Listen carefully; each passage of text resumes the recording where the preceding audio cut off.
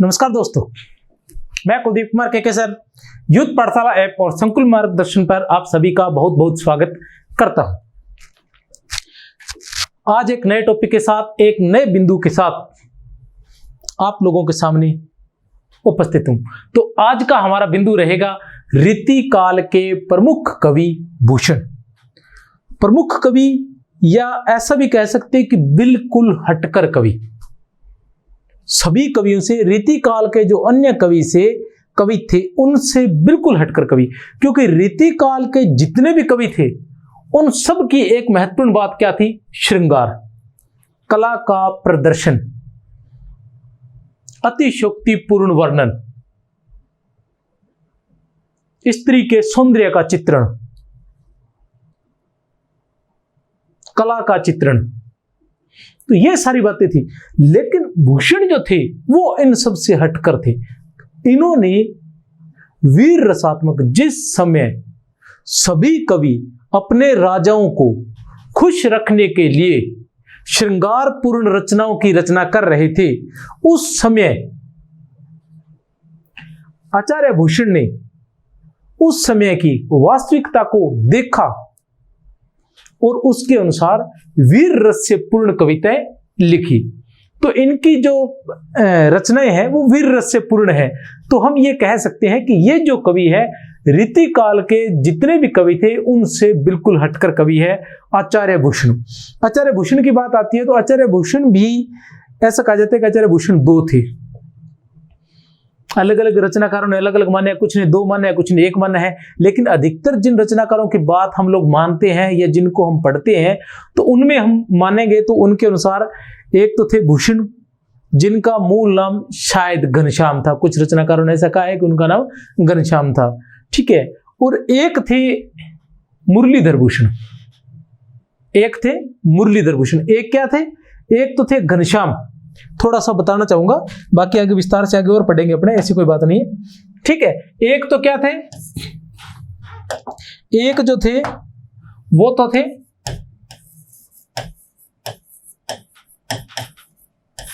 घनश्याम। इनको रुद्रशाह सोलंकी ने किसकी उपाधि दी थी? भूषण की उपाधि दी थी। एक थे घनश्याम, जिनको रुद्रशाह सोलंकी ने भूषण की उपाधि दी थी साहित्यकारों के अनुसार। दूसरे जो घनश्याम, दूसरे जो थे वो थे मुरलीधर। दूसरे थे मुरलीधर, जिन्हें भूषण की उपाधि किसने दी थी? हृदय राम ने जिन्हें भूषण की उपाधि दी थी, ये थे भूषण।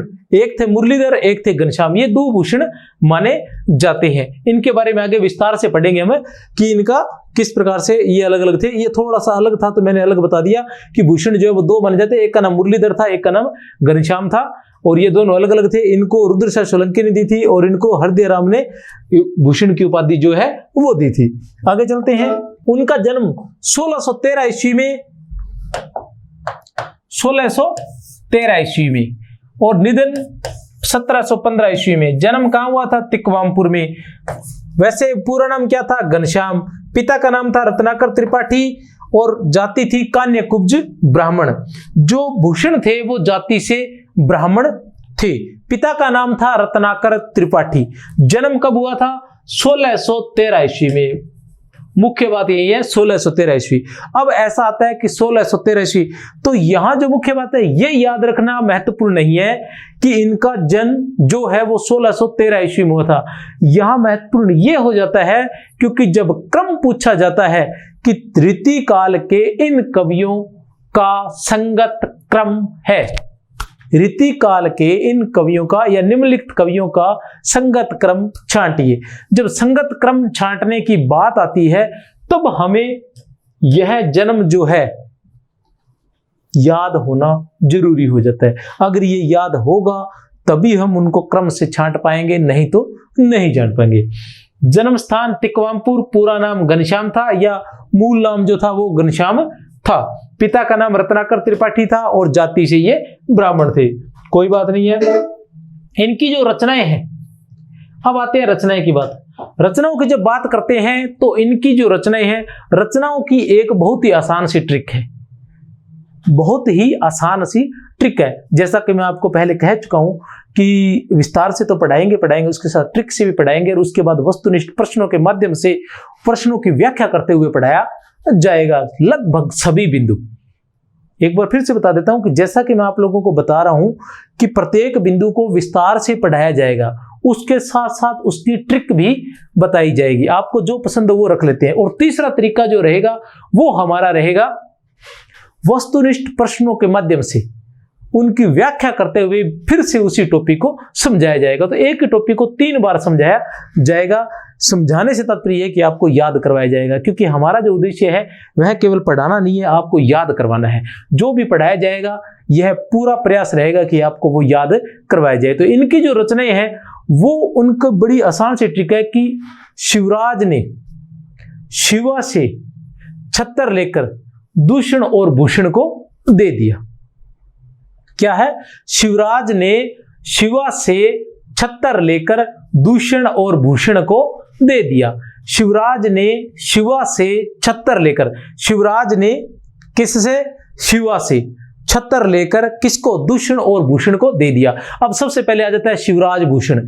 क्या आ जाता है? शिवराज भूषण। फिर आ जाता है शिवा बावनी। शिवराज भूषण थोड़ा सा मैं यहां बता देता हूं।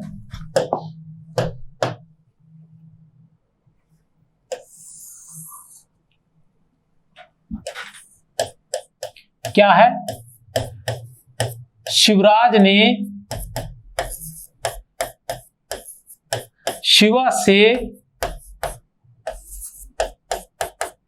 छत्तर लेकर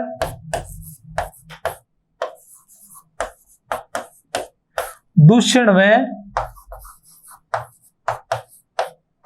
भूषण को दे दिया। शिवराज ने शिवा से छत्तर लेकर दूषण व भूषण को दे दिया। शिवराज से आएगा शिवराज भूषण। क्या आ जाएगा? शिवराज से शिवराज भूषण। शिवा से शिवा बावनी। शिवा से शिवा बावनी। छत्तर से छत्तर साल दशक। छत्तर से छत्तर साल दशक। और दूषण से दूषण उल्लास। और भूषण से भूषण हजारा। बस इतनी सी तो बात है। और ये रचनाएं किसकी हैं? ये रचनाएं हैं हमारे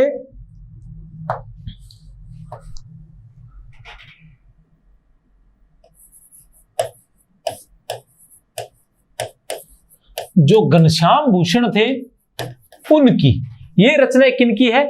उनकी है जो घनश्याम से भूषण की उपाधि मिली थी, जो घनश्याम थे जिन्हें भूषण की उपाधि दी थी। क्या था?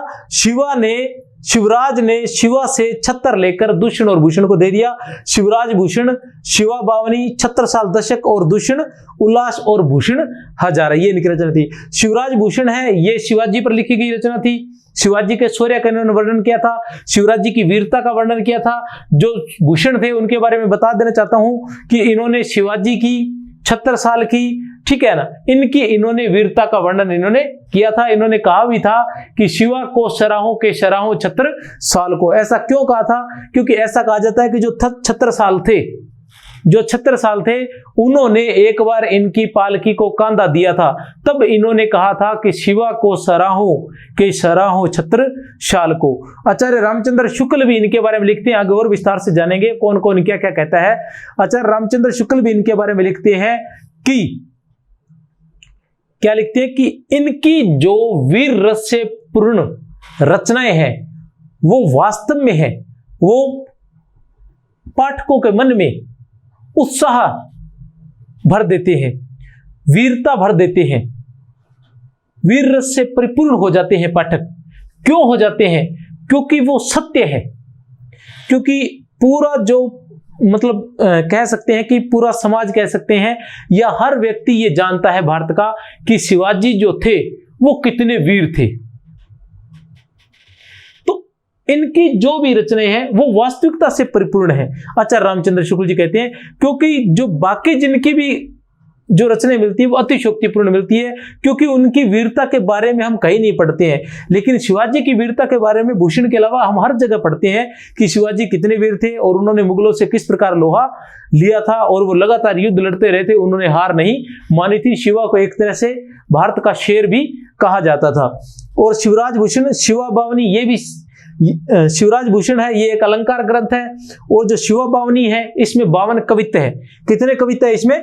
शिवा बावनी में 52 कवित्त है और छत्रसाल दशक में 10 कवित्त है। बाकी दूषण उल्लास है, भूषण हजारा है, ये इनकी रचनाएं थी। जो शिवराज भूषण है उसमें कितने 385 पद्यों में लिखी गई है। किसमें लिखी गई है? 385 पद्य है उसमें। किसमें? शिवराज भूषण में। कितने पद्य है? 385 पद्य। 105 अलंकार है जिसमें 105 अलंकार है। कितने अलंकार है? एक मिनट देख लेते हैं। 105 अलंकार है जिनमें 99 अर्थालंकार, 4 शब्दालंकार। क्या क्या है? 105 अलंकार है जिसमें 99 अर्थालंकार, 4 शब्दालंकार, 1 चित्र अलंकार और 1 संकर अलंकार है। बहुत ही महत्वपूर्ण है। कितने अलंकार है? शिवराज भूषण कितने पद्य है उसमें? 385 पद्य है। अलंकार कितने? एक प्रकार का अलंकार ग्रंथ है जिसमें 105 अलंकार है।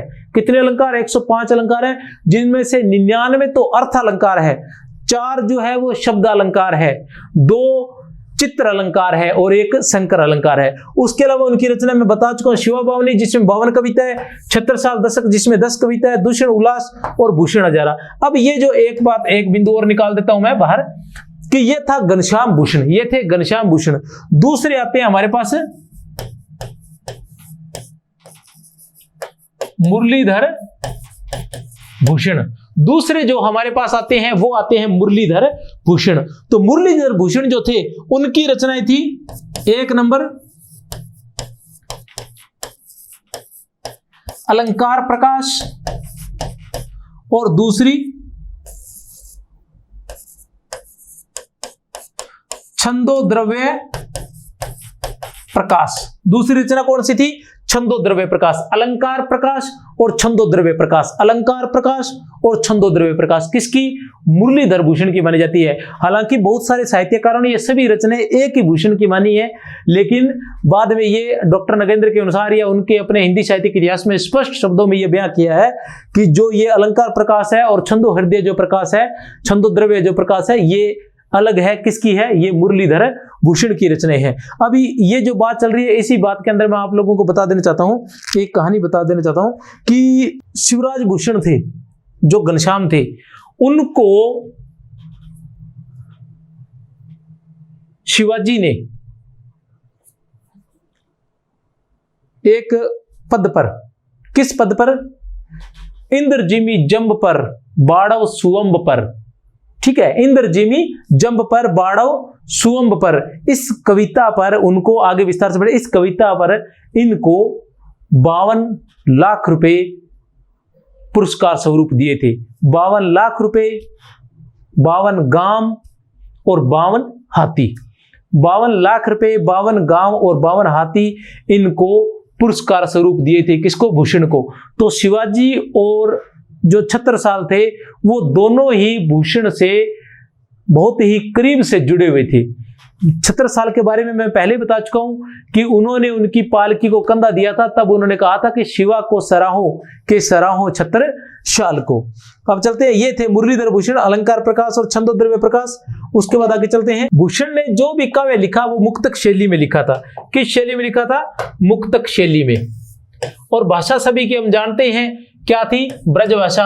तो हमें पता ही है कि रीति काल की जो भाषा रही थी वो कौन सी रही थी? ब्रज भाषा रही थी। कुछ एक आध कवि को, शायद मुझे लगता नहीं है, लेकिन फिर भी किसी एक आध कवि को छोड़कर लगभग सभी कवियों की भाषा जो हम मान सकते हैं वो ब्रज मान सकते हैं बेरोक टोक। ठीक है, तो इनकी भाषा जो रही थी ब्रज और शैली इनकी मुक्तक रही थी। ठीक है, उसके बाद इन्होंने दोहा का, कवित्त का, सवैया का और छप्या का प्रयोग किया था। किन छंदों का प्रयोग किया था? प्रमुख रूप से दोहा, कवित्त, सवैया और छप्पे। दोहा, कवित, सवैया और छप्पे छंदों का प्रयोग किया था। वीर रस के अद्वितीय कवि थे, इसके अंदर कोई किंतु परंतु नहीं है। प्रारंभ में ही बता चुका हूं कि रीति काल के अद्वितीय कवि थे या वीर रस के अद्वितीय कवि थे। रीति काल में अगर वीर रस की भावना से परिपूर्ण किसी ने रचनाएं लिखी थी, अगर किसी का रीति काल में नाम आता है कि वीर रस से परिपूर्ण रचना लिखने वाले कौन थे, तो नाम आएगा आचार्य भूषण का। किसका नाम आएगा? आचार्य भूषण का। इसी कड़ी में जुड़ती हुई एक कड़ी और बता देता हूं, अगर कहीं रीति काल में यह नाम आ जाए कि रीति काल के किस कवि ने प्रकृति का सुंदर चित्रण किया था, रीति काल के किस कवि ने प्रकृति का सुंदर चित्रण किया था, तो वैसे तो सभी ने किया था प्राकृतिक चित्रण, लेकिन अगर इस प्रकार का प्रश्न आता है तो उसमें नाम आता है हमारे पास सेनापति का। किसका नाम आता है उसमें? हमारे पास नाम आएगा सेनापति का, रीति काल के प्रसिद्ध कवि जिन्होंने प्रकृति चित्रण किया था। अब आती है भूषण की बात। चलते हैं भूषण साहब क्या करते हैं आगे, देखते हैं। रीति काल के प्रसिद्ध कवि थे। नगेंद्र अनुसार, नगेंद्र जी क्या कहते हैं इनके बारे में? नगेंद्र साहब अपने हिंदी साहित्य के इतिहास में कहते हैं कि समूचे रीति काल में भूषण का व्यक्तित्व सबसे अलग और विशिष्ट। समूचे रीति काल में आचार्य भूषण का व्यक्तित्व सबसे अलग और विशिष्ट है। इस काल में वीर रस की कविताएं तो अन्य लोगों ने भी लिखी, पर श्रृंगार या नायिका भेद का मुख वीर रस की ओर मोड़ने का श्रेय भूषण को जाता है। प्रश्न बन जाता है यहाँ कि श्रृंगार या नायिका भेद का मुख वीर रस की ओर मोड़ने का श्रेय किसको जाता है? प्रश्न संख्या 1। समझ गए क्या है, किसका है? श्रृंगार या नायिका भेद का मुख। रीति काल में श्रृंगार या नायिका भेद का मुख वीर रस की ओर मोड़ने वाले कवि थे भूषण। जब हिंदी काव्य नायिका भेद और नक्शिक वर्णन में लगा हुआ था, भूषण ने इतिहास की उस प्राणवान धारा को पहचाना जो औरंगजेबी अत्याचार के विरुद्ध बह रही थी। किस धारा को पहचाना? जो औरंगजेबी अत्याचार के विरुद्ध बह रही थी, और उसके भागीरथी थे शिवाजी। औरंगजेब के विरुद्ध कौन लोहा ले रहे थे? शिवाजी। औरंगजेब के विरुद्ध शिवाजी जो है वो लोहा ले रहे थे। तब उन्होंने उनकी वीर गाथा का चित्रण किया था, और उससे अन्य जो थे मतलब जो योद्धा थे वो बढ़कर आगे आए और उन्होंने उनका सामना किया। भूषण ने अपनी रचनाओं में शिवाजी का प्रशस्ति गान कर अत्याचार विरोधी धारा को थोड़ा और गतिशील बना दिया। प्रशस्तिकार तो और भी थे, पर उनकी प्रस्तुतियों का मूल आधार ही झूठा था। भूषण की प्रस्तुतियां जातीय जीवन की पक्षधर और अत्याचार के विरुद्ध सक्रिय थी। अतः भाषा की गड़बड़ी के बावजूद भी उनकी वीर रस की द्रपोक्तियां जनता की जबान पर है। तो जब भाषा की बात आती है तो मैं आपको बता देना चाहता हूं कि उन्होंने हर तरह की भाषा की, उर्दू, अरबी, फारसी, स्थानीय सभी प्रकार के शब्दों का उन्होंने अपनी भाषा में प्रयोग किया था। और भाषा की जब बात आती है तो आचार्य रामचंद्र शुक्ल भी उनकी भाषा की आलोचना करते हैं। वो कहते हैं कि उनकी भाषा जो थी वो मतलब काव्य के अनुसार नहीं थी, और यही बात ये भी कहते हैं कि उनकी भाषा में गड़बड़ी थी। डॉक्टर नगेंद्र भी यही बात कहते हैं कि भाषा की गड़बड़ी के बावजूद उनकी वीर द्रपोक्तियां जनता की जबान पर है।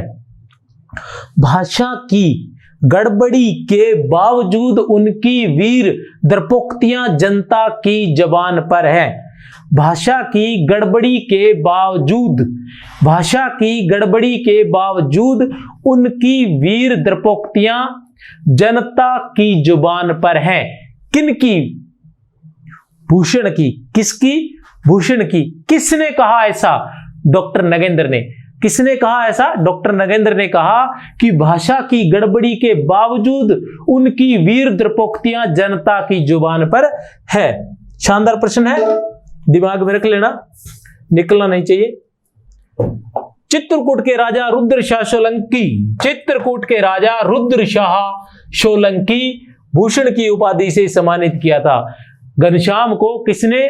चित्रकूट के राजा रुद्रशाह सोलंकी, चित्रकूट के राजा रुद्रशाह सोलंकी ने, जैसा कि मैं पहले बता चुका हूं, भूषण की उपाधि से सम्मानित किया था।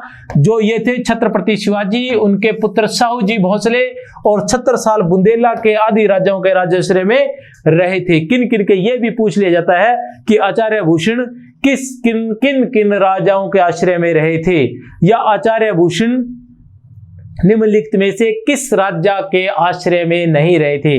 3 नाम आ गए हैं, एक चौथा नाम होगा जो असंगत होगा या जो गलत होगा तो आप लोग देख सकते हैं। किन किन राजाओं के? छत्रपति शिवाजी और उनके पुत्र शाहू जी भोंसले और छत्रसाल दशक।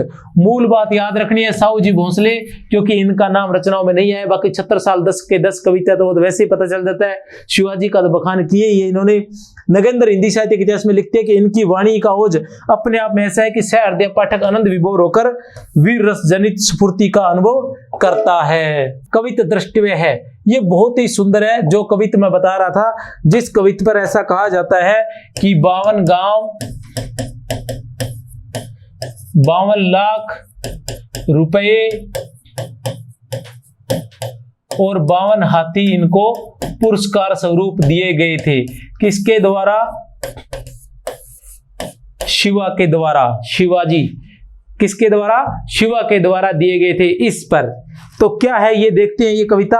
इंद्र जिमी जंब पर, बाड़व सुअंब पर, रावण सदंब पर, रघुकुल राज है, पौनवारी बाह पर, शंभुरति नाह पर, जो शस्त्र बाहु पर, राम दिव्य राज है। एक बार फिर से, इंद्र जिमी जंब पर, बाड़व सुहंब पर, रावण सदंब पर, रघुकुल राज है, पौनवारी बाह पर, शंभुरति नाह पर, जो शस्त्र बाहु पर, राम दिव्य राज है।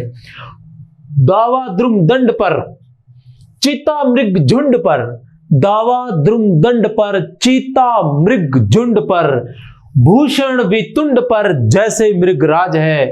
तेज तम अंश पर, कान्ह जिमी कंस पर, तेज तम अंश पर, कान्ह जिमी कंस पर, त्यो मलीच वंश पर, शेर शिवराज है।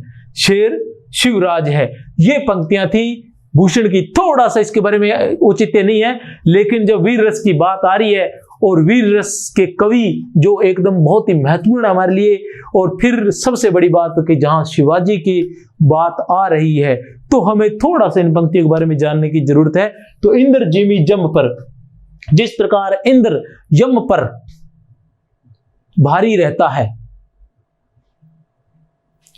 जिस प्रकार बाड़व सुअंब पर, बाड़व बड़वाग्नि, बड़वाग्नि अर्थात समुद्र की अग्नि, सुअंब अर्थात समुद्र, तो समुद्र की अग्नि जो होती है वो समुद्र को सुखा देती है। तो उसी प्रकार क्या है, बाड़व सुअंब पर, जितना बाड़व जो होती है बड़वाग्नि, समुद्र की अग्नि समुद्र के लिए जितनी खतरनाक होती है, रावण सदम पर रघुकुल राज है, और जितने श्री राम रावण के लिए थे, जिस प्रकार पौनवारी बाह पर, शंभुरति नाह पर, पौनवारी बाह पर, शंभुरति नाह पर, शंभु अर्थात शिव, रति नाह अर्थात रति के पति पर। ऐसा कहते हैं ना कि शिवाजी ने रति के पति कामदेव को एक बार भस्म कर दिया, तो ऐसी कहानी है, ठीक है ना। ये शत्रु की बात है कि ये इस प्रकार जैसे शत्रु थे, जो शस्त्र बाहु पर, शस्त्र बाहु के शत्रु कौन थे? द्विजराज। द्विजराज कौन थे? परशुराम। परशुराम कौन थे? भृगुकुल केतु। भृगुकुल केतु परशुराम कौन थे? परशुराम जी। द्विजराज ब्राह्मणों के राजा क्या थे? द्विजराज। परशुराम जी शस्त्र बहु के शत्रु थे। किसके शत्रु थे? शस्त्र बहु के जिस प्रकार शत्रु थे, ठीक है। जिस प्रकार दावाग्नि ध्रुव दंड पर, अर्थात पेड़ों के टहनियों पर या पेड़ों के तनों पर कौन? दावाग्नि। दावाग्नि क्या होती है? जंगल में लगने वाली आग होती है।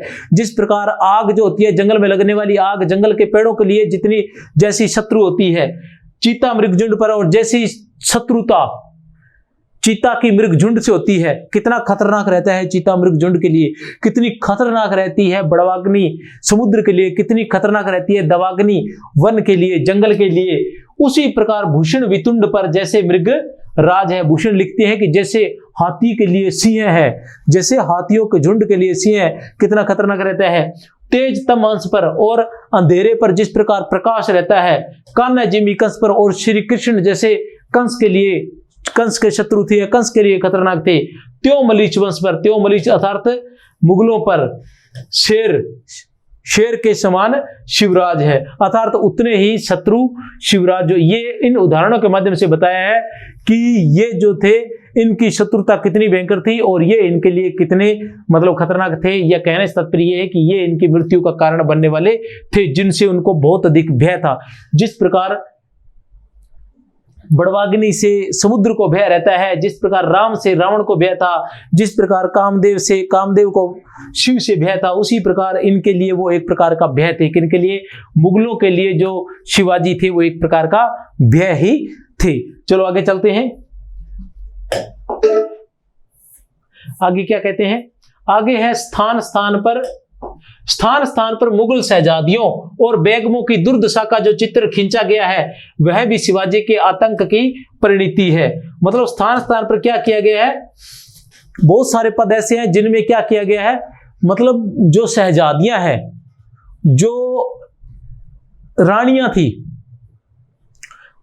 मुगलों की, वो कितनी भयभीत हो गई हैं, उनका चित्रण जगह जगह मतलब खींचा गया है। और उनका चित्रण उनके माध्यम से बताया गया है कि मुगलों में क्या था कि शिवाजी का कितना भय था। उसी प्रकार भूषण शिथिल अंग विजन डुलाती तेवे विजन डुलाती है, भूषण बनत शिवराज वीरे तेरे त्रास थे, नगन जड़ाती है। ये मतलब जो स्त्रियां थी उनकी दुर्दशा का चित्रण किया गया कि वो कितनी डर रही है, कितनी घबरा रही है, कितनी भय युक्त है। किससे? शिवाजी से। नगन जड़ाती तेवे नगन जड़ाती, भूषण शिथिल अंग भूषण शिथिल अंग भी कहां तो भूषणों से भरी हुई रहती थी वो रानियां, ठीक है, कहां तो वो भूषणों से भरी हुई रहती थी और कहां उनके पास भूषण है नहीं। भूषण बनत शिवराज वीरे तेरे त्रास थे, भूषण मतलब अपने भूषण जो है उन्होंने तोड़ दिए हैं। किसके? हे शिवा, तेरे त्रास से, तेरे डर से उन्होंने सभी भूषण उतार दिए हैं, तोड़ दिए हैं। नगन जड़ाती, वे नगन जड़ाती थी, ठीक है ना, क्या अपने मतलब वस्त्रों में नगन जड़वाया करती थी, कि नगन युक्त हीरे मोतियों से युक्त वस्त्र पहना करती थी। और कहाँ यह स्थिति होती है कि वे नगन बिना वस्त्रों के जाड़े में कांप रही है। ऐसी स्थिति उनकी किसने कर दी थी? शिवा ने कर दी थी। तो इसके माध्यम से बताया गया है कि शिवा का जो भय था वो मुगलों के लिए कितना भयंकर था और उन्होंने किस प्रकार उनका जो है मतलब हिंदुओं की लाज रखी थी। हिंदुओं की लाज रखी, ऐसा भी है, भूषण का है मुझे याद नहीं है, हिंदू की लाज रखी, चोटी रखी ब्राह्मण की, ऐसा कुछ है, ठीक है ना। तो वो सारा कुछ इन्होंने रखा था शिवाजी ने। आचार्य रामचंद्र शुक्ल जी, हालांकि मैं बता चुका हूं लेकिन फिर से देख लेते हैं क्या कहते हैं कि शिवाजी और 76 साल की वीरता के वर्णनों को कोई कवियों की झूठी खुशामद, बहुत ही महत्वपूर्ण है कि शिवाजी और 76 साल की वीरता के वर्णनों को कोई कवियों की झूठी खुशामद नहीं कह सकता। वे आश्रयदाताओं की प्रशंसा के अनुसरण मात्र नहीं है। इन दो वीरों को जिस उत्साह के साथ सारी हिंदू जनता स्मरण करती है उसी की व्यंजना भूषण ने की है। बहुत ही महत्वपूर्ण पंक्तियां हैं, अक्सर परीक्षाओं में पूछी जाती हैं या पूछी जा सकती हैं। क्या है पंक्तियां? ये है कि शिवाजी और 76 साल की वीरता, शिवाजी और 76 साल की वीरता के वर्णनों को क्या है, कोई कवियों की झूठी खुशामद नहीं कह सकता। शिवाजी और 76 साल की वीरता के वर्णन को कोई कवियों की झूठी खुशामद नहीं कह सकता। शिवाजी और 76 साल की वीरता के वर्णन को कोई कवियों की झूठी खुशामद नहीं कह सकता, क्योंकि वे आश्रयदाताओं की प्रशंसा के अनुसरण मात्र नहीं है। इन दो वीरों का जिस उत्साह के साथ हिंदू जनता स्मरण करती है उसी का अनुसरण भूषण ने अपनी रचनाओं में किया है। फिर आते हैं नगेंद्र के अनुसार। नगेंद्र लिखते हैं अपने हिंदी साहित्य के इतिहास में, क्या लिखते हैं कि उनका जो शिवराज भूषण है, जैसा कि मैं पहले बताकर जा चुका हूं, शिवराज भूषण में लक्षणों को देखने से प्रतीत होता है शिवराज भूषण क्या है, उनका अलंकार ग्रंथ है। पहले भी बता चुका हूं कितने पद्य है, 385 पद्य है उसमें, किसमें, शिवराज भूषण में। अलंकार ग्रंथ है, कितने अलंकार है, अलंकार 105 अलंकार है, जिसमें अर्थ अलंकार महत्वपूर्ण है, 99 अर्थ अलंकार है, 4 शब्द अलंकार है, 2 चित्र अलंकार है और 1 संकर अलंकार है। तो इसमें लक्षणों को देखने से प्रतीत होता है कि ग्रंथकार ने जयदेव के चंद्रलोक और मतीराम के ललित ललाम का ही आश्रय लिया है। तो शिवराज भूषण में जो अलंकारों का चित्रण है उनको देखकर लगता है उसमें जो भी लक्षण दिए गए हैं, क्योंकि जो भी रीतिकाल के रचनाकार थे उन्होंने अधिकतर लक्षण ग्रंथों की रचना की थी, और उसमें अलंकारों का जो वर्णन किया गया उसमें जो लक्षण बताए गए हैं उनको देखकर प्रतीत होता है कि उन्होंने किसका अनुसरण किया है, जयदेव के चंद्रालोक का और मतीराम के ललित ललाम का। अब अलंकारों का वर्णन करने के लिए जिन ग्रंथों का अनुसरण किया जाएगा, जिनका अनुकरण किया जाएगा, वो ग्रंथ रस के ग्रंथ तो हो नहीं सकते, वो ग्रंथ भी अलंकार ग्रंथ हो गए। तो इसके साथ साथ हम एक बात और भी पढ़ लेते हैं कि जयदेव का जो चंद्रलोक है वो भी अलंकार ग्रंथ है, और मतीराम का जो ललित ललाम है वो भी एक प्रकार का अलंकार ग्रंथ है। आगे क्या लिखते हैं कि अर्थ अलंकारों में कम से कम 1/4 लक्षण ऐसे हैं जिनकी शब्दावली मतीराम के लक्षणों से ज्यों की त्यों मिलती है। कितना? 1/4, कम से कम 1/4 जो है ऐसे हैं लक्षण जिनकी शब्दावली ज्यों की त्यों मतीराम से मिलती है। कितनी? 1/4। तो भाषा की तो बात आई गई थी, अब ये भी बात आ गई है। तो लेकिन कुछ भी रहा हो, लेकिन उन्होंने जो लिखा था, हमें शब्दों के फेर पर या हमें कला पर न जाकर हमें भावों की, क्योंकि जो साहित्य है उसमें जो महत्व रहता है वो रहता है भाव का, और भूषण का जो भाव था वो वास्तव में प्रशंसनीय था, क्योंकि उन्होंने हिंदू जनता जो थी उनकी भावनाओं को समझा था, और हिंदू जनता के जो प्रिय सम्राट थे शिवाजी, उनका उन्होंने उनकी वास्तविक वीरता का उन्होंने चित्रण किया था, जो हिंदू जनता को आज भी जबानी याद रहते हैं। चल तो आगे चलते हैं। आगे क्या है? आचार्य डॉक्टर नगेंद्र लिखते हैं कि आचार्य कर्म में भूषण जितने असफल रहे, कवि कर्म में उतने ही सफल रहे। बहुत ही महत्वपूर्ण बात है, याद रख लेना। कौन लिख रहे हैं? डॉक्टर नगेंद्र कहते हैं, क्या कहते हैं डॉक्टर अपने हिंदी साहित्य के इतिहास में, कि वे आचार्य कर्म में जितने असफल रहे, कवि कर्म में उतने ही सफल रहे। आगे ना वही बात जो मैंने कही थी, क्योंकि साहित्य में किसका महत्व रहता है? भावों का महत्व रहता है, न कि कला का अधिक महत्व रहता है। और आचार्य तब में असफल रहे कहने से तात्पर्य कि आचार्य तब दिखाने के लिए उन्होंने किन ग्रंथों की रचना की? लक्षण ग्रंथों की रचना की। और लक्षण ग्रंथों की जब वो रचना करते हैं तो 1/4 जो उदाहरण है, लक्षण जो है वो जो कहते हो उसकी जो शब्दावली है वो कहां से उठा लेते हैं? मतीराम के ललित ललाम से उठा लेते हैं। तो यहाँ सारी समस्या हो जाती है। उनकी जो भाषा है उसमें भी क्रमबद्धता नहीं है, उसमें भी गड़बड़ है। तो ऐसा कहने के बाद हमें यह ज्ञात होता है कि उनके जो वो आचार्य बनने का जो उन्होंने प्रयास किया उसमें वो असफल रहे थे। लेकिन कवि के रूप में क्या महत्वपूर्ण रहता है? भाव रहते हैं उनके। जो उन कविताओं के प्रति, उन अलंकारों के प्रति, उन लक्षण ग्रंथों के प्रति पीछे जो भाव थे वो बहुत महत्वपूर्ण थे। इसलिए डॉक्टर नगेंद्र कहते हैं कि आचार्य कर्म में वे जितने असफल रहे, कवि कर्म में उतने ही सफल थे। इतना याद रखना है। क्या? आचार्य कर्म में वे भूषण जितने असफल रहे, कवि कर्म में वे उतने ही सफल रहे, डॉक्टर नगेंद्र लिखते हैं। फिर लिखते हैं, ये फिर एक जगह एक बात और आ जाती है कि हिंदी साहित्य के इतिहास में 2 भूषण का वर्णन मिलता है, बता चुका हूं। दूसरे भूषण मुरलीधर भूषण है। बच्चन के अनुसार, ये डॉक्टर बच्चन सिंह अपने हिंदी साहित्य का दूसरा इतिहास में वो लिखते हैं कि जो मुरलीधर भूषण थे उनको भूषण की उपाधि किसने दी थी? चित्रकूट के राजा के पुत्र हृदय राम ने दी थी। चित्रकूट के राजा के पुत्र हृदय राम ने दी थी। अब 2 बातें आ जाती है। एक जगह तो क्या है कि डॉक्टर नगेंद्र लिखते हैं कि किसको? घनश्याम को भूषण की उपाधि दी गई थी। दूसरी जगह बच्चन सिंह लिखते हैं कि जो मुरलीधर भूषण थे उनको भूषण की उपाधि हृदय राम ने दी थी। इसके लिए उन्होंने अपने हिंदी साहित्य के इतिहास में एक पद भी दिया है जिसमें यह स्पष्ट उल्लेख है कि हृदय राम ने मुरलीधर को भूषण की उपाधि दी थी। वो ये है कि कुल सुलंक चित्रकूटपति साहसशील समुद्र, कुल सुलंक चित्रकूटपति साहसशील समुद्र, कवि भूषण पदवी दई हृदय राम सुतरुद्र। हृदय राम सुतरुद्र अर्थात रुद्र शाह सोलंकी, रुद्र शाह सोलंकी जो है उनके पुत्र हृदय राम ने भूषण की उपाधि दी थी। चलो देखते हैं आगे। फिर नगेंद्र के अनुसार हृदय राम ने जिन्हें भूषण की उपाधि दी थी वे मुरलीधर भूषण के मुरलीधर भूषण थे। अब मुरलीधर भूषण के दो ग्रंथ हैं जो मैं पहले आपको बता चुका हूं, कौन से है, अलंकार प्रकाश और छंदो हृदय प्रकाश। अलंकार प्रकाश और छंदो हृदय प्रकाश किसके, मुरलीधर भूषण के। और जो घनश्याम भूषण थे, अपने उनको पूरा नाम ही काउंट कर सकते हैं, क्योंकि घनश्याम के बारे में ज्यादा लोगों का मत नहीं है, लेकिन फिर भी विश्वनाथ तिवारी या पता नहीं त्रिपाठी जी हैं, उन्होंने उनको घनश्याम के बारे में उन्होंने जरूर जिक्र किया है कि उनका नाम जो था वो घनश्याम था, जिस भूषण को हम पढ़ते हैं, और प्रमुख रूप से उन्हीं भूषण को पढ़ते हैं जो घनश्याम है। तो जो ये मुरलीधर भूषण है, इनके कौन कौन से ग्रंथ हैं, अलंकार ग्रंथ और छंदो हृदय ग्रंथ, अलंकार प्रकाश और छंदो हृदय प्रकाश।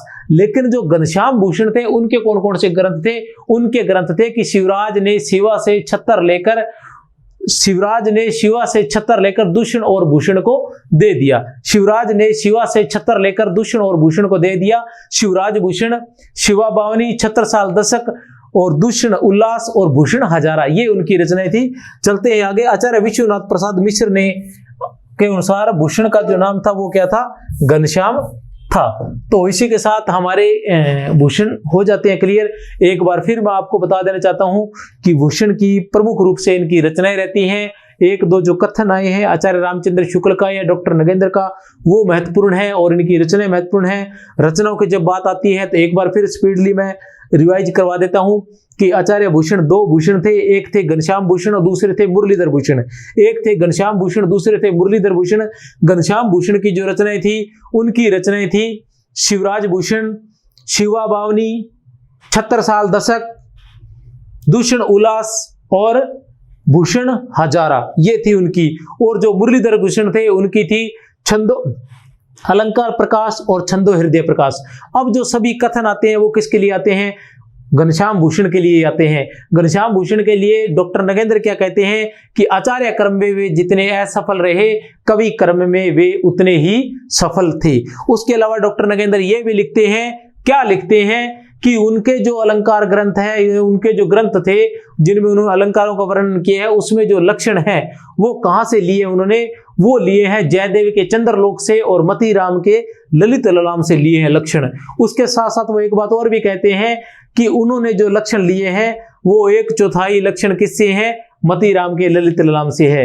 ये दो बातें डॉक्टर नगेंद्र ने किसके बारे में कही है, भूषण के बारे में कही है। इसी तरह रामचंद्र शुक्ल है, वे भी लिखते हैं कि शिवाजी और 76 साल की वीरता को कोई कवियों की झूठी खुशामद नहीं कह सकता, क्योंकि ज्यादातर कवियों ने क्या किया था, अतिशोक्तिपूर्ण वर्णन किया था, राजाओं की प्रशंसा क्या, क्योंकि रीतिकाल के जो कवि थे वो दरबारी कवि थे। अधिकतर कवि क्या थे, दरबारी कवि थे, दरबार में रहते थे और राजाओं की प्रशंसा करते थे और उनकी वीरता का झूठा और अतिशोक्तिपूर्ण वर्णन करते थे।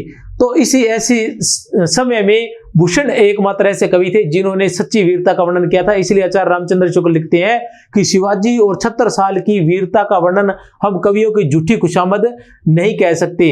अन्य कहीं भी जहां भी हम उनके बारे में पढ़ते हैं, उनके उत्साह और वीरता का अनुसरण हिंदू जनता आज भी बड़े उत्साह के साथ लेती है और आचार्य भूषण ने उसी का अनुसरण करते हुए अपनी रचनाओं में उनकी वीरता का चित्रण किया है। ऐसा कौन कहते हैं, आचार्य रामचंद्र शुक्ल कहते हैं। तो इसी के साथ जय हिंद, जय भारत। बने रहिए एक से बढ़कर एक ट्रिक के साथ, के सर के साथ। बहुत बहुत शुभकामनाएं।